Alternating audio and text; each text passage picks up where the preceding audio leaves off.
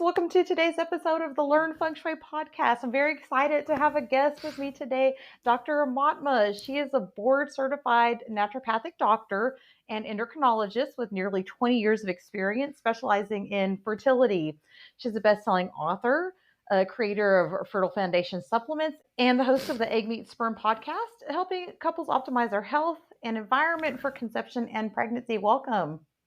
Thank you for having me. It's great to be here. Yeah, this is a conversation, I haven't necessarily thought to have because I myself am beyond the years of For childbearing. sure. My kids are all grown. My youngest is 16.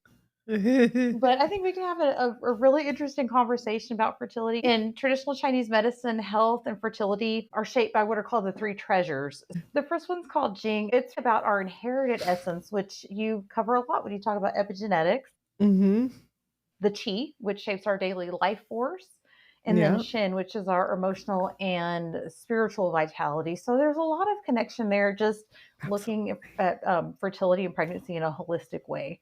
I'm excited to have Yes. this conversation. Yeah, absolutely. I think that Chinese medicine it's like such a beautiful philosophy and a way of thinking about health and well-being. And I Yes. think that there are just so many correlations and so many, even I see it come up a lot, like knowing that, for example, liver is associated with stored anger. And it's Yes. like, okay, your liver is like stuck. Let's get it moving. And that is going to help move some of the emotion as well. Yes. So it shows up a lot in the way that I think about stuff. I studied a little bit of Chinese medicine in naturopathic medicine school. So I Hmm. got that like enough of a taste to be like, oh, it's just so cool. So cool. Yeah, I really love how everything kind of integrates together. And of course, in holistic medicine, it's the same thing. But one of the things I really thought was interesting about your podcast and your work is that you don't only look again at these things as let's look at your hormones, let's get you Mm, pregnant, but it is looking at your environment, your the amount of sleep you're getting, and your nutrition and everything. It's very fascinating. yeah, and it's for I feel like fertility is probably the way that we think about it in our culture and our society is it's so focused on your hormones. Hmm. But we know that our hormones are correlated with so many things. Yeah. So, giving someone, and this comes up all the time, so giving someone progesterone Hmm. for fertility is such like a surface level way to approach fertility Hmm. versus thinking, oh, why does this person not make enough progesterone? Are they too Hmm. stressed? Do they have issues in the gut where they're not processing hormones properly? Or is their liver clogged? Is their egg quality poor? Like, there can be Hmm. so many reasons why someone may not make enough progesterone. So, yeah, as we go through this conversation, I'll definitely like just keep bringing us back to that because I think so many people, when they listen to fertility content, they're like, well, just tell me what supplements to take. Hmm. Or tell me if I should take progesterone or not. And I'm like, Yeah. well, it depends. It depends on so many things that if I don't ask you a bazillion questions, I'm not going to know the right answer. Hmm. And I could do more harm if I don't really fully understand what all of the situations are. So, yeah. You really go through thoroughly and get I guess, a larger view addressing just the environment, and you kind of go through all of that with your Mhm. clients. I was hearing from their podcast and everything. Mhm. Yeah. Let's circle back to progesterone because that's really interesting. You Yeah. talk about gut health. Talk more about that. That's very Yeah. interesting to me. Yeah, so our gut is kind of related to hormones in multiple ways. Hmm. One is the absorption of nutrients from the food that we consume happens Hmm. in the gut.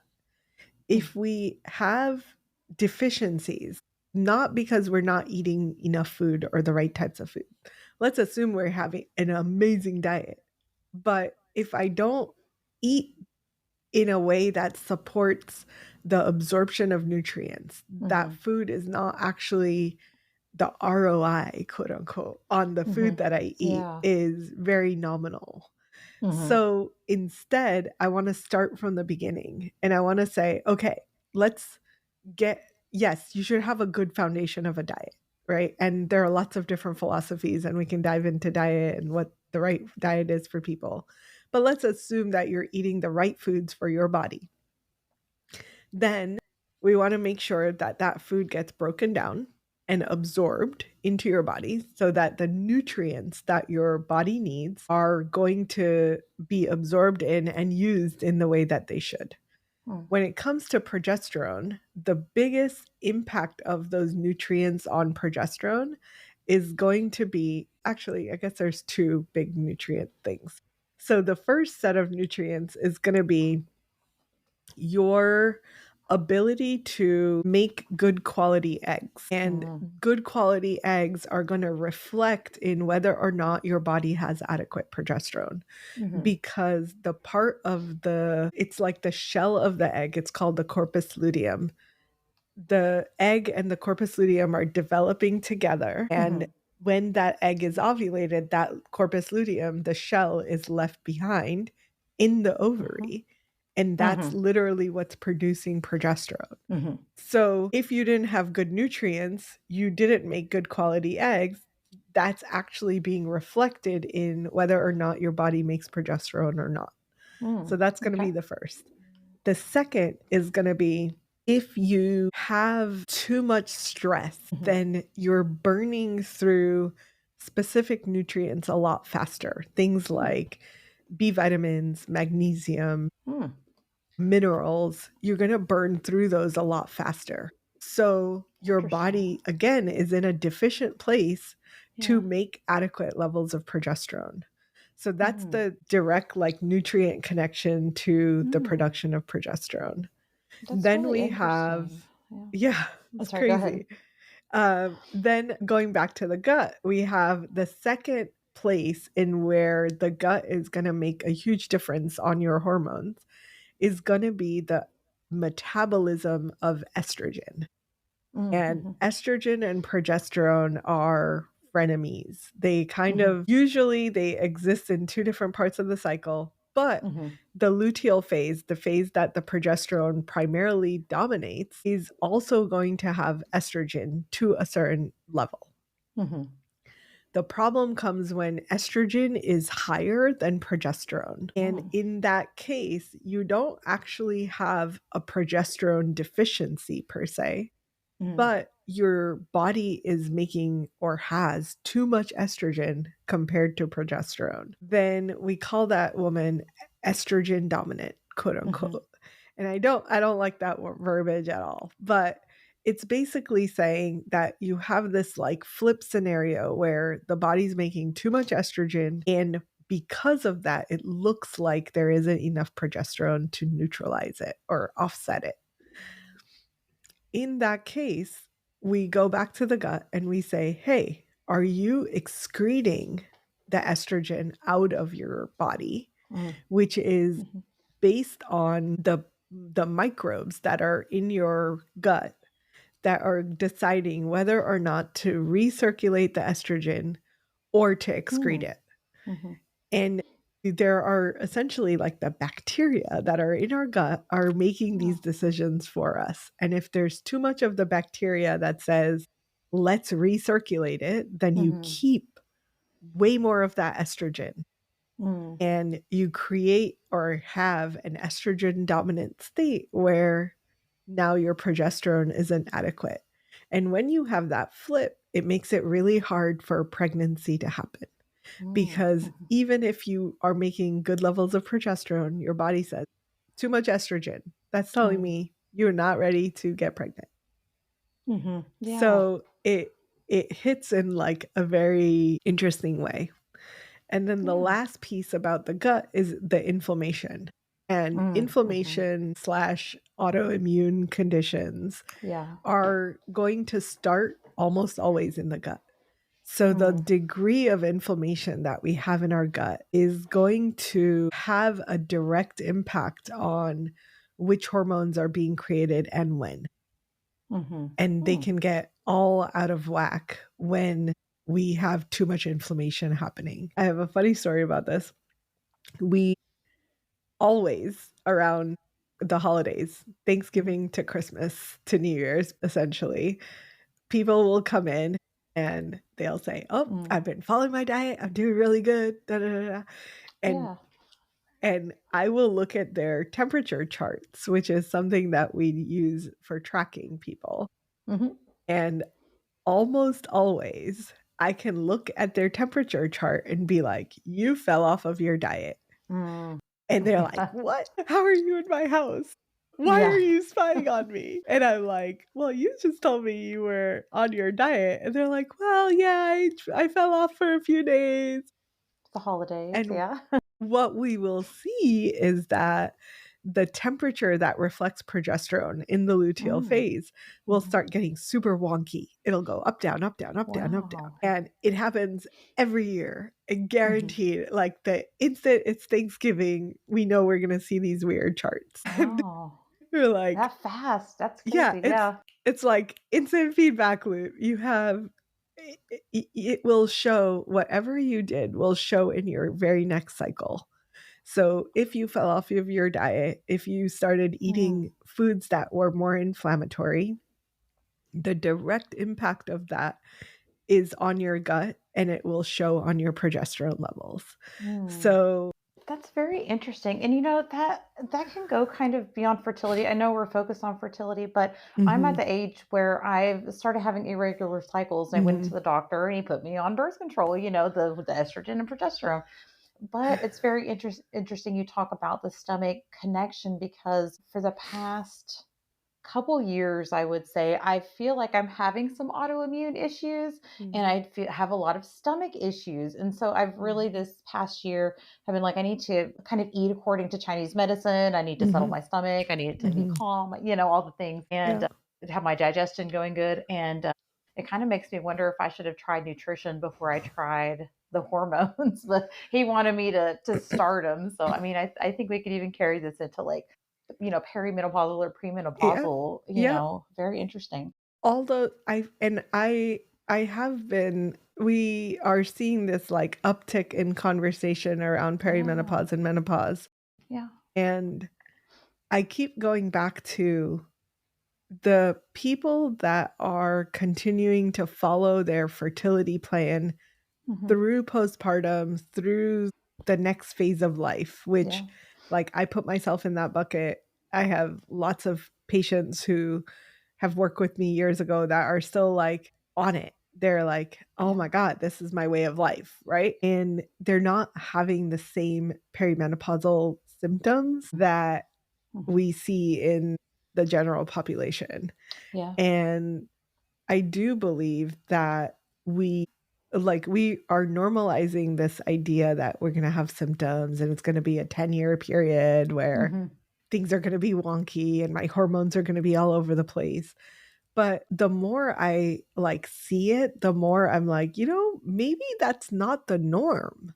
Yeah. Like, That's what my doctor maybe told me. He said no. I was like, oh, I thought irregular. I had never been irregular. I was like, oh, right. okay. Yeah. Yeah, and, like, I think that we are more susceptible Hmm. to, modifications in our cycles. Hmm. But I think that it's actually an increased sensitivity Hmm. to the environment, to the food, to the things that we are doing in our Hmm. lives, where prior to perimenopause, we might have been less susceptible, right? Like Hmm. more resilient. Our bodies are like, Yeah. it's cool, I got it, I can handle it. And your period stays relatively steady and you don't Hmm. have as many symptoms. You're Yeah. still going to see some changes, but you're not going to have as fluid of a change. Yeah. But you get to that perimenopause time and you're like, Hmm. I'm way more susceptible now. I'm in a similar stage. So I'm in that stage where if I don't get enough sleep, if I Hmm. don't eat well, if I fall off of the foundations that I need for my health and well being, my next cycle will be different, Yeah. guaranteed.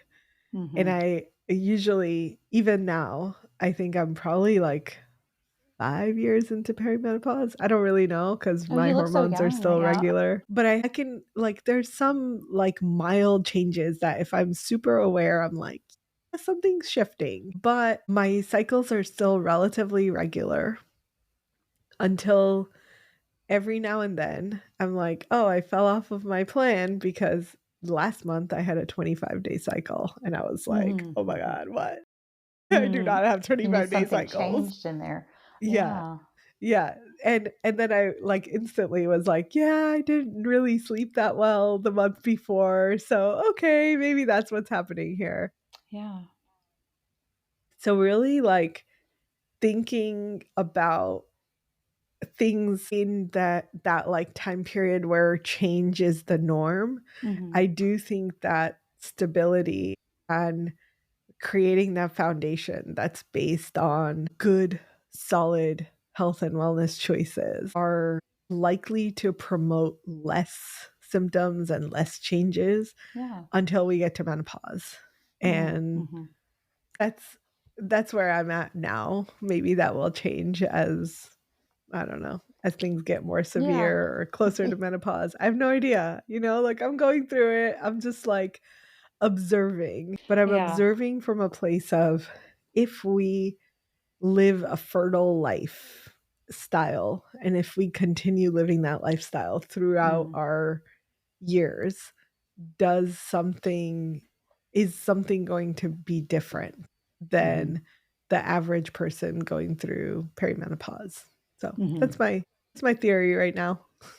Yeah, it's very interesting. It's something I haven't really, because I've never had irregular cycles up until this past year, but there were some other health issues.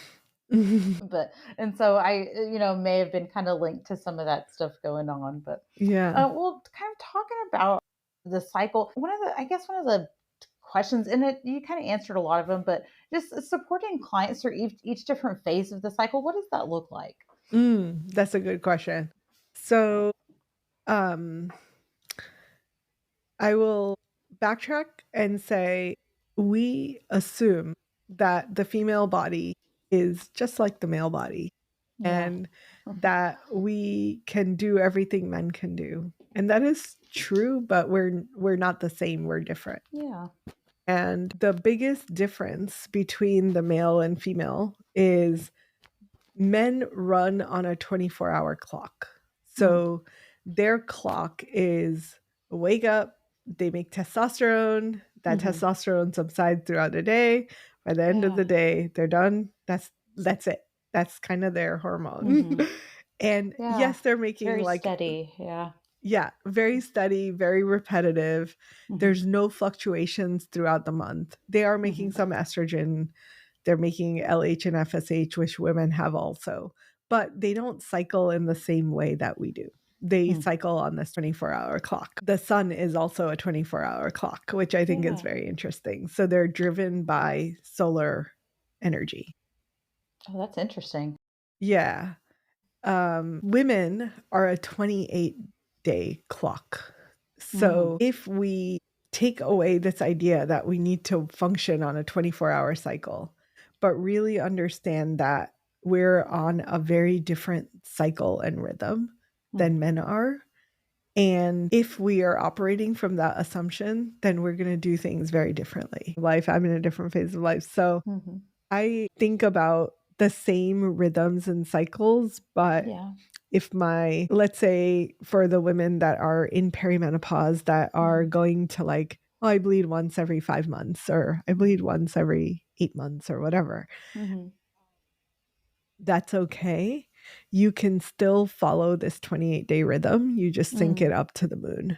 So Okay. instead of Gotcha. keeping your body as the rhythm, you Hmm. can sync up to Yeah. the new moon is menstruation and full Hmm. moon is ovulation. And then everything Yeah. else falls into place with that. That's so interesting. Thank you. I think that's very helpful. Thank you. I know this was supposed to be more like fertility centered, Yeah, but man, it's I'm okay. like it fits exactly into like where I'm at right now with my Yeah, own I want cycle journey, I But want this to serve everyone. So this yes. is, like my specialty is fertility and I can help a lot with that, but I think that like my bigger hope is that women in all stages of life can Yeah. help and get benefit from the stuff that I think really drives a lot of what we do in the fertility world. Yeah, I think so too. And just kind of just listen to your podcast. I was like, oh my goodness, this is it's very beneficial. I think not even just to somebody who's trying to get pregnant, but it made me think about Yes. you had an episode about how sleep could impact your fertility, and but not just female fertility, also male fertility, which I thought was interesting Yeah. too. Yeah. Yeah. One thing I wanted to ask you, what made you lean towards fertility and how did you get started on this path? So I have a funny story with that. I was married to this person who wanted to have children, Mm-hmm. and my intuition was a strong no. Mm, And I was like, oh crap, I already got married. What am I going to do? yeah. And I was in my like early 30s. And what I had learned about fertility was that it drops off of a cliff at 35. Mm-hmm. And that was literally all I could remember from medical school. And I was Yeah. like, that time is coming very soon. So if I'm not going to have children with him, do I want to have children? Yeah. Um, so I went into a period of just trying to figure out what it is that I wanted, what it is my intuition was saying. And I came out with, well, I do want to have children, just not with him. And that was the start of my divorce. Yeah. um, but as I was going through that divorce period, I was also like, what can I do to support my fertility? Because Mm. I may not be ready to have children at 35, Mhm. Mhm. and I may not even have a partner at 35. So Yeah. I was in this like major life change. I've made a decision that could potentially affect the rest of my life. And Mhm. fertility was kind of the focus of all of my research. And what Oh. I found was that our fertility doesn't automatically decline at 35.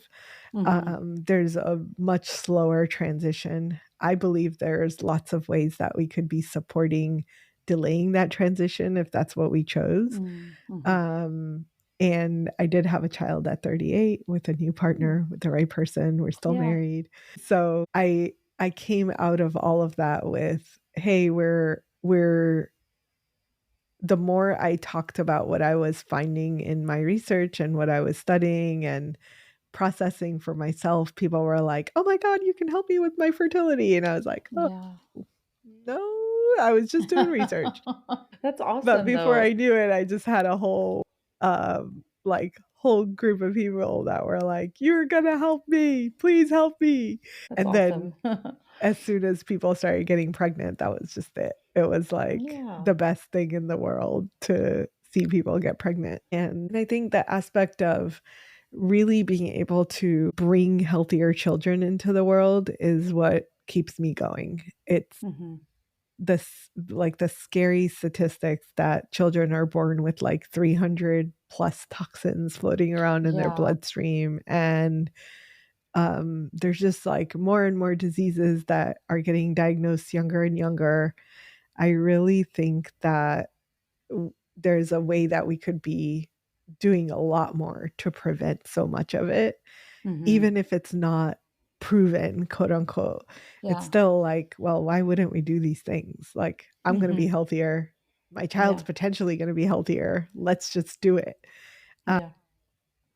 So that is what keeps me going and keeps driving this mission to reach more people and really have people understand that we have choice in the matter and we have responsibility to do Mhm. something different. Yeah. I think that's such a good point. I notice a lot of women either choosing not to have children or have like delaying it. I feel like a lot of women are waiting nowadays. And my sister, she was pregnant with her youngest on her 40th birthday. She didn't know if it would happen for her either, and she has two little ones. I think a lot of women do worry. What are some things that if a woman was over 35 and she wanted to try to have a baby, what are some things she could start implementing? Yeah, I think there is a lot, and some of it is very simple that I think Hmm. everyone can do. Hmm. So I would call it the fertile lifestyle, which is the foundation of food, water, our environment and sleep. Mhm. So, food wise, we're eating good, nutritious, unprocessed food. Mhm. Lots of fruits and vegetables, ideally more vegetables than fruit. We're eating whole grains, we're eating lentils, beans, Mm. that kind of stuff, and then adequate levels of protein. Mhm. So that and then healthy fats, of course, sorry, not Mhm. to forget the fats. So that makes for a good foundational diet. Mhm. You can customize this with, like, let's suppose someone has GI issues and we think, oh, you might have food sensitivities. You maybe want to limit some of the sensitivities that are causing more Mhm. inflammation in the gut. Yeah. And then you can like repair your gut lining and all of that kind of stuff. Mm. But at the core of Mhm. it, a good healthy diet. The things that are more inflammatory are going to be things like dairy, gluten, soy, corn. Mm. Those are probably the most inflammatory foods. So Mhm. if you're not sure, taking those foods away sometimes is helpful. Then the next is water. And water is really, I've been thinking about it a lot because people are on this thing that I see on social media, which is like the hydration kick. Yeah. And everyone is like, electrolytes, electrolytes, everything is electrolytes. And I have to say, like, a lot of it is kind of hard to believe because is gobs of salt mixed with Yeah. gobs of sugar. Yes. So I'm having a little bit of a Yeah. hard time believing that that is the path that our bodies need. Yeah. Yeah. Like, And I don't know I'm where so this good. trend started. Like, someone please contact me and tell me what is happening. But I've been like researching just different types of electrolytes and trying to find things that are more natural electrolytes rather than salt and sugar in your Yeah. water. And I would say coconut water is probably like the best go-to electrolyte. I've also messed around with some formulas of chlorophyll and sea minerals and stuff like that Yeah. into water to give electrolytes instead of taking water, salt and sugar. Mhm. But really getting good quality water is the core of it. So you have a good filtration system, ideally one that takes out major toxins, it takes out chemicals, medications. There's a lot of stuff in our water supply that is not being reported. Yeah. For sure. So testing your water where you live and then figuring out what kind of filter or filtration system you need to get all that garbage out. Most of the time, people will say, well, I have a Brita. Isn't that good enough? No, Britas are not good enough. I'm Yeah. sorry, you Yeah. guys. Yeah. Or the refrigerator, like Yeah. default refrigerator filter, not adequate. Yeah. It just kind of gets some of the big stuff out, I suppose, like some of the Yeah. heavy stuff, but Yeah. It's it's not you going to can get taste that it everything. does not get Yeah. everything out. You can Yeah. taste it. Yeah. Yeah. So that water is the second building block. The third is going to be sleep. I think I said it in a different order earlier, but sleep is going to be the foundation for men and women. So for men, the circadian rhythm is their cycle, right? That is Interesting. the basis of testosterone, sperm production. Everything that's happening in the male body is based on the circadian rhythm. So for them, sleep is crucial. Like if men don't sleep, I'm like, yeah, we're not going to help your sperm at all. Gotcha. There's going to be Yeah. nothing I can do. And we have a guy that will like go to bed at 3 in the morning. And I'm like, yeah, it's just not going to work. It's Try not going to work earlier. for Yeah. us. So that sleep is super important for men. For women, the circadian rhythm is the foundation for the infradian rhythm, which is our menstrual cycle. So the lack of sleep will inform and influence what happens with our hormones. It's not the core of it, but it will influence it a lot. And for women, it's you able to get into deep states of sleep, stay asleep through the night, and are you waking up rested? And if those things are not happening, then potentially you have a underlying issue that's going to make your hormones be more out of whack. So Interesting. that's going to be the third important thing. Good quality sleep. You're going to disrupt your sleep with things like blue light, which is coming from screens Yeah. in the evening, not getting sunlight in the morning. So those are some like tools that you can use that are free. Wake Yeah. up, get some sunlight. 5 to 10 minutes of the sun helps your circadian rhythm reset. You're going to make better cortisol. You're going to have better hormones throughout the day. This is true for men and women. At night, make sure you try to stay off of screens, or if you're going to use screens, have blue light filter glasses so that you're blocking the blue light at nighttime so that you can get better quality sleep. So those two shifts are really easy. And then if you have sleep issues where you're not getting good quality sleep, or you can't sleep through the night, or you're not waking up rested, then it needs a little bit more evaluation and fixing. So that's the sleep piece. And then the last piece is the toxins and our environment. And our environment goes beyond toxins, to be truthful. You do Feng Shui. So it is, there's a lot to it. But even going to the degree of I'm going to just get rid of toxins in my environment is going to make a huge difference in your fertility. And there are 3 toxins that I pick on the most because they are the most researched for causing reproductive issues. The first is bisphenol compounds. So this is BPA, BPS, BPF. It's most of the stuff that will show up as plastic.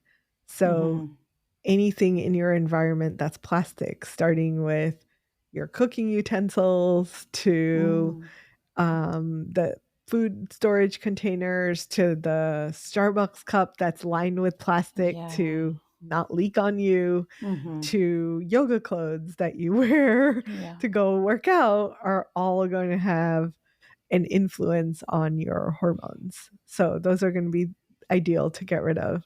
And then the second one is phthalates, and that's going to be all of the things that smell good.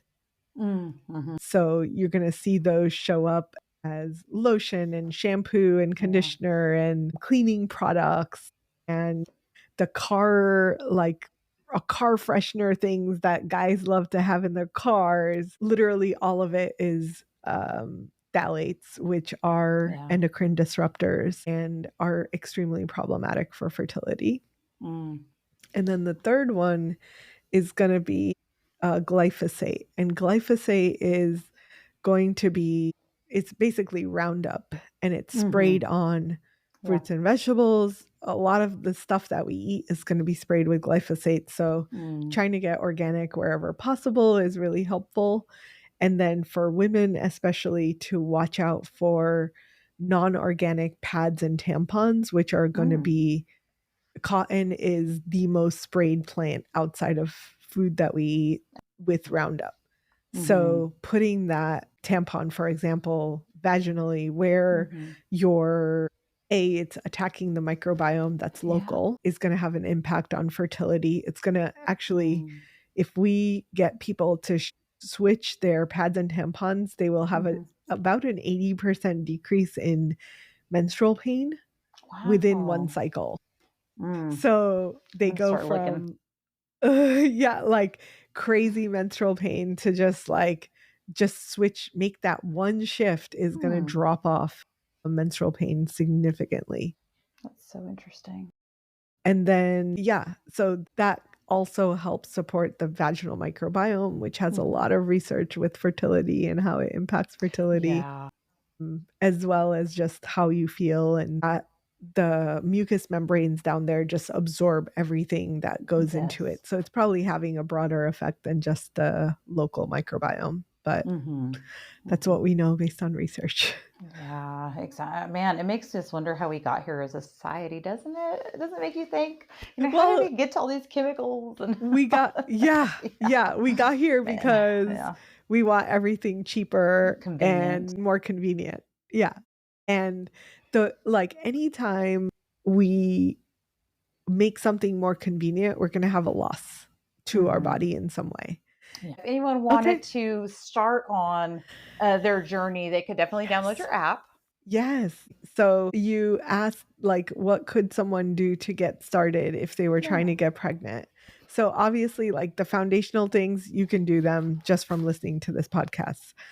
But if you are in that stage of life where you're like, hey, we've been trying for a little while, we're not sure why it's not working out, the app is essentially my brain turned into technology, and they can go to madrefertility.com. It's a free assessment, so you go through the questions. It'll take maybe 15 minutes, 20 minutes at the most, Mhm. and it will give you a very detailed report of what are the potential things that are happening under the surface that are contributing to this couple's struggle in conceiving. It's going to give things like gut inflammation or stress or whatever, and then it'll have things that you can do about it to help support your fertility. Mhm. Awesome. And that's Madre, Madre, like Yes, the word madre. Spanish word. Yes. Yeah, yeah, yeah. Awesome. Nice. And of course, I'm going to link in the show notes everywhere people can get a hold of you. And thank you very much for joining us. Again, I feel like I may have to have you back because there were so many questions and it was a very interesting conversation. Thank you for joining me. Thank you for having me, Candace.